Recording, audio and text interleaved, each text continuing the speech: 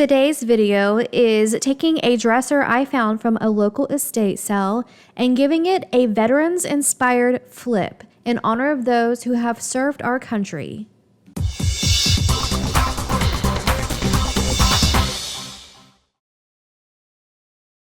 Hey everyone, welcome back. I found this particular dresser at a local estate sale for $50. It's massive. It definitely has some wear and tear. You can see the finish is coming off here. There are some chips and scratches that need to be fixed. Overall, this piece has really good bones. I really like the handles. I thought that they were super unique. And when I looked in the middle drawer, it had a name brand that I had never heard of before, so I decided to look it up.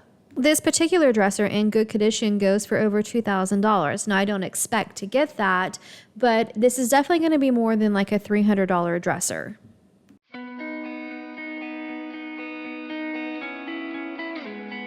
Okay, we are going to get right to it and jump right into the grunt work, starting with prep work, the stuff that everyone hates doing when it comes to flipping furniture.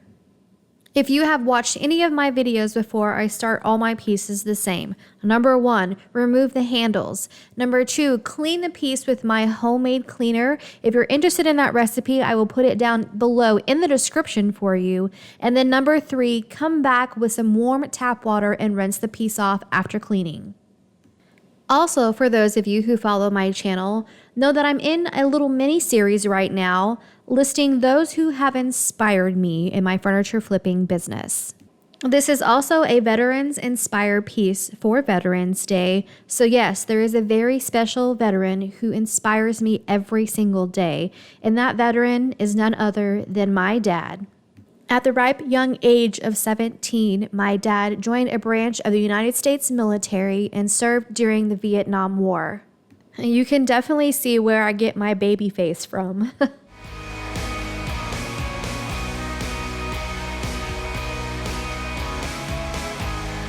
Once the surface was done drying, I grabbed my plastic wood, all-purpose wood filler, and went to town just filling all the scratches and gouges with a putty knife. This piece had a lot of wear and tear, so I added this stuff all over the place. This is the wood filler that I like to use for my superficial or small scratches. For the areas of the dresser that have more wear and tear, like the corner of drawers, I grab my quick wood. It's a 2-part epoxy, mix it together, and then it works like clay to mold it into the design or section that you need it to be in, and then I let all that dry overnight. Before calling it quits for the first day, I did go ahead and clean the handles. I'm using Dawn dish soap and a kitchen sponge. I just thoroughly scrub the piece with some soapy water, rinse it off, set them aside to dry overnight. The next morning, I grabbed my 120 grit sandpaper and my orbital sander and started scuff sanding the piece to get it ready for primer. Normally I do this with 220, but there were a lot of areas where the finish had completely worn off, so I went with a little bit more aggressive sandpaper so I can get a smooth surface. I also sanded all the wood filler spots smooth, flush with the surface.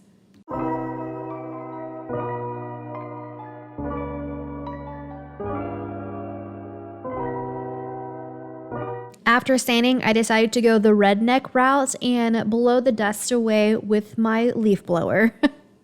And then wipe the remaining dust residue away with a damp, clean, lint-free cloth.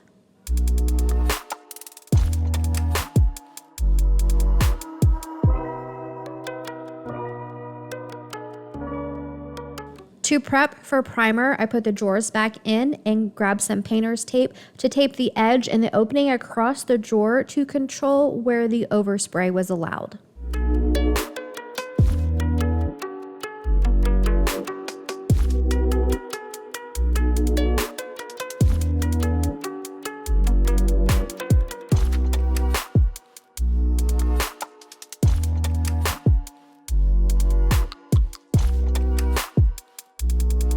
Okay, moving right along, when the surface was dry, I grabbed Rust-Oleum's primer in gray and started my first coat of primer.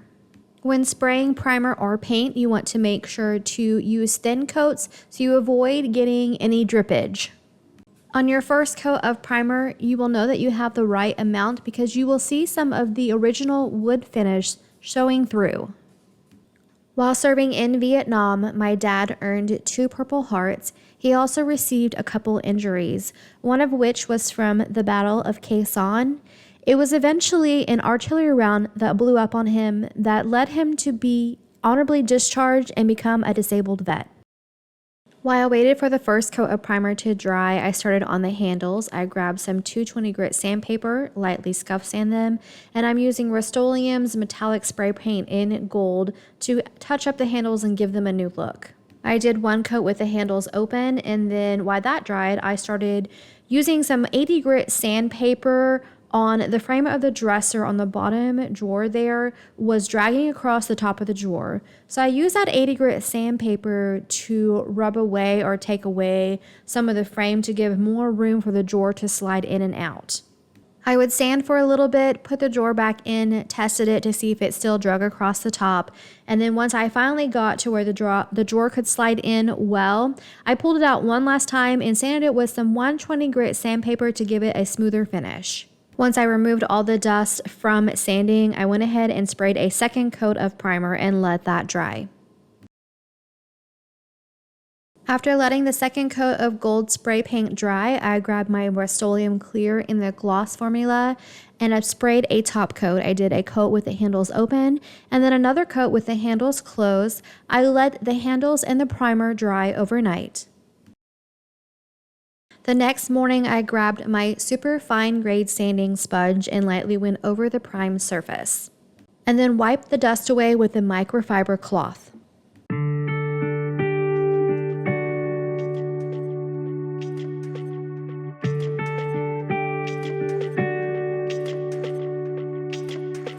Painting furniture is controversial, but I am painting this in Foxtrot by Wise Owl. This color is a vintage military green put together by Brent over at Foxtrot Woodwork and Designs.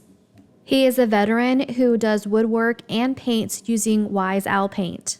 Make sure to go check out his amazing work on Instagram. I will make sure to put a link for his Insta down in the description. To apply the chalk paint, I am using a mini handle with a 3-inch foam roller, and I have a liner in my paint tray. The foam roller and the liner just allow for easy cleanup. I don't have to wash those. I can just toss them when done. I work in sections, rolling the paint on and then going back over it very gently, just gliding the roller on top of the surface to help remove the markings so you're not able to tell the method of application. I do this process on the body of the dresser, the drawers, let that dry for 2 hours, and then come back out and add a second coat, and then also let that dry for 2 hours. I had mentioned that my dad was honorably discharged due to some injuries while in Vietnam. While my dad laid injured on the battlefield and basically dying, a very special radio man named Groovy Greg radioed in a chopper to come rescue my dad. This man's actions saved my dad's life, and without what he did, there wouldn't be a me. After my dad's service in the military, his life did continue on. He eventually met my mom and married her. Isn't she a looker? They had 2 girls, me and my sister. I'm the one in front. And he was such an amazing dad. We had such fabulous parents. Eventually, my dad got a job working for the United States Post Office, and he worked there until the day that he retired.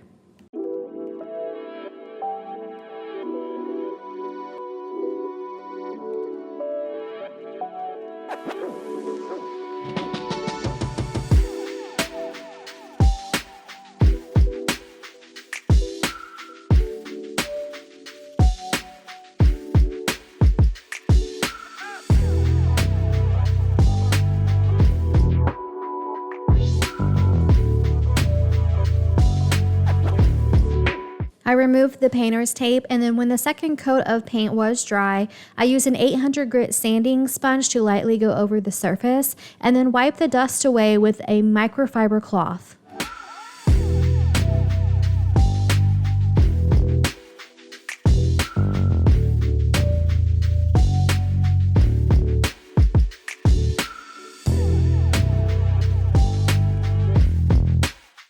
right, I know some furniture flippers do not top coat, but it is mandatory if you want a lasting piece. For top coat, I am using Wise Owl's 1 Hour Enamel in the clear satin. I have this loaded up in my gravity-fed 3M Accu spray. I spray a first coat in a thin layer, let that dry for 4 hours, and I come back and add a second coat and then let both of those coats set overnight to dry thoroughly.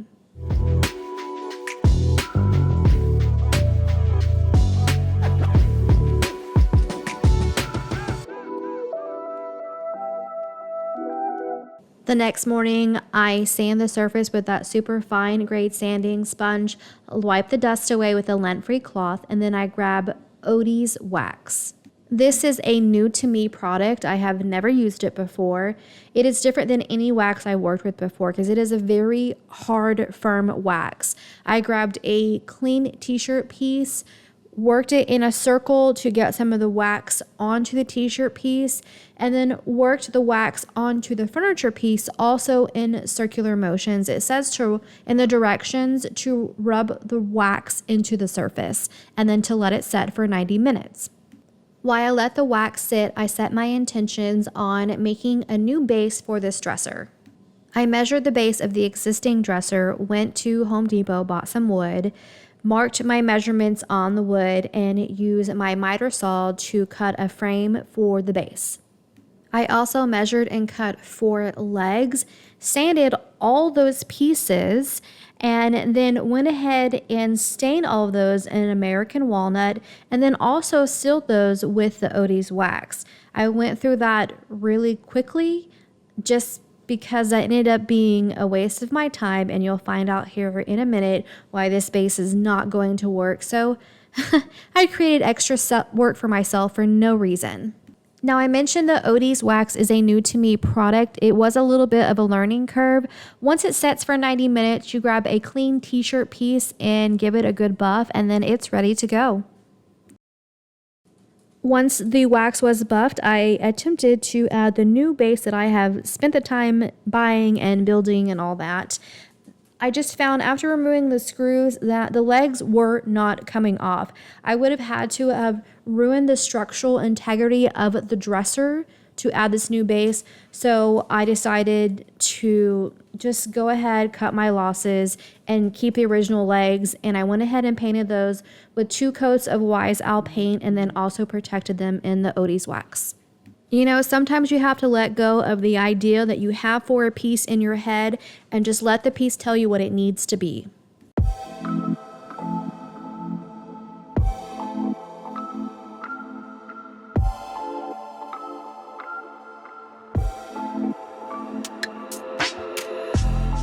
All right, let's give these drawers some embellishments.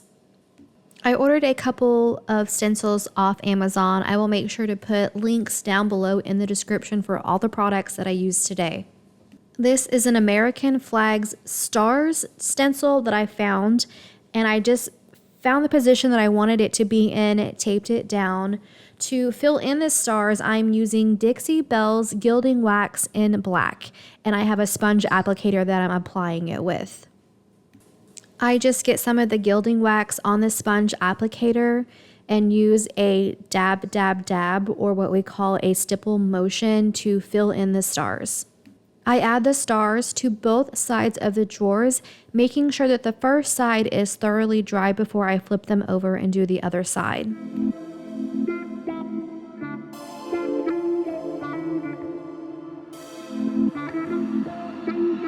For the inside of some of the drawers, I made the embellishment a little bit more specific to my dad's branch in the military.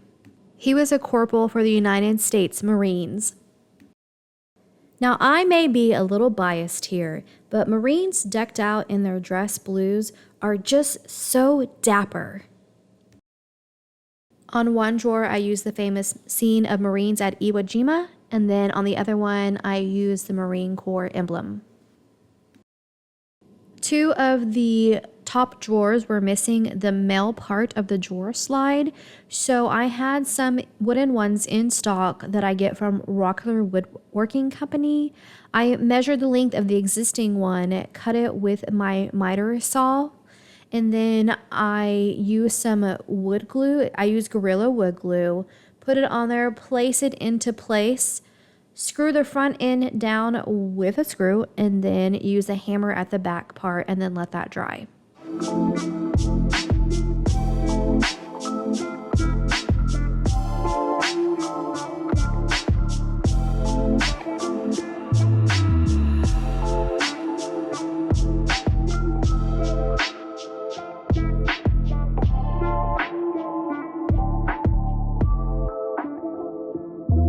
And it works.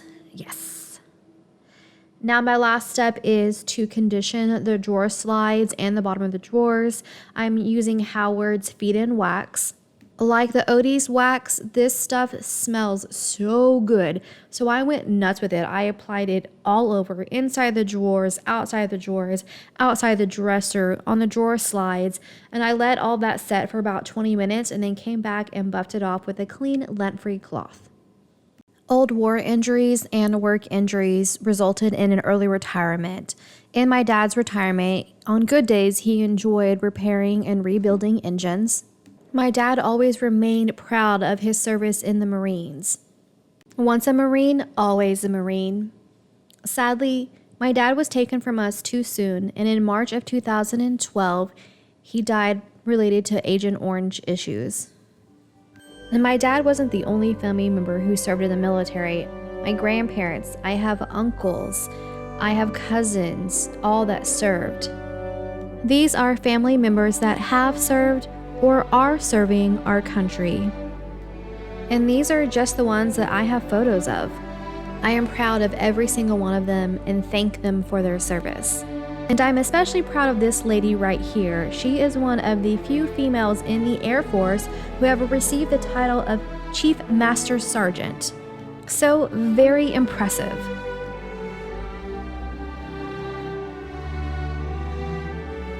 I hope your reaction is Whiskey Tango Foxtrot. That's the same dresser when I show you the after. Here is a quick look at our before. And here is our after.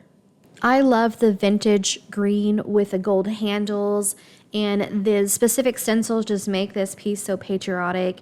It does still have a little bit of marks on it, some wear and tear, but overall it's an extremely handsome piece, and I love the way that it turned out. All right, let's talk about the numbers. This piece I bought for $50. Between the paint, stencils, top coats, I'm in about $70 on supplies, so that is $120 in. I have this listed on Facebook Marketplace, and I will be putting it on Etsy later today. The profits will be donated to Warriors for Freedom Foundation. That is a local company that assists veterans. Thank you all so much for coming along with me on this journey. And a special thank you to all the men and women who have served in the military. Your sacrifice and service does not go unnoticed. All right, that is all I have for today, so I will catch you guys next time.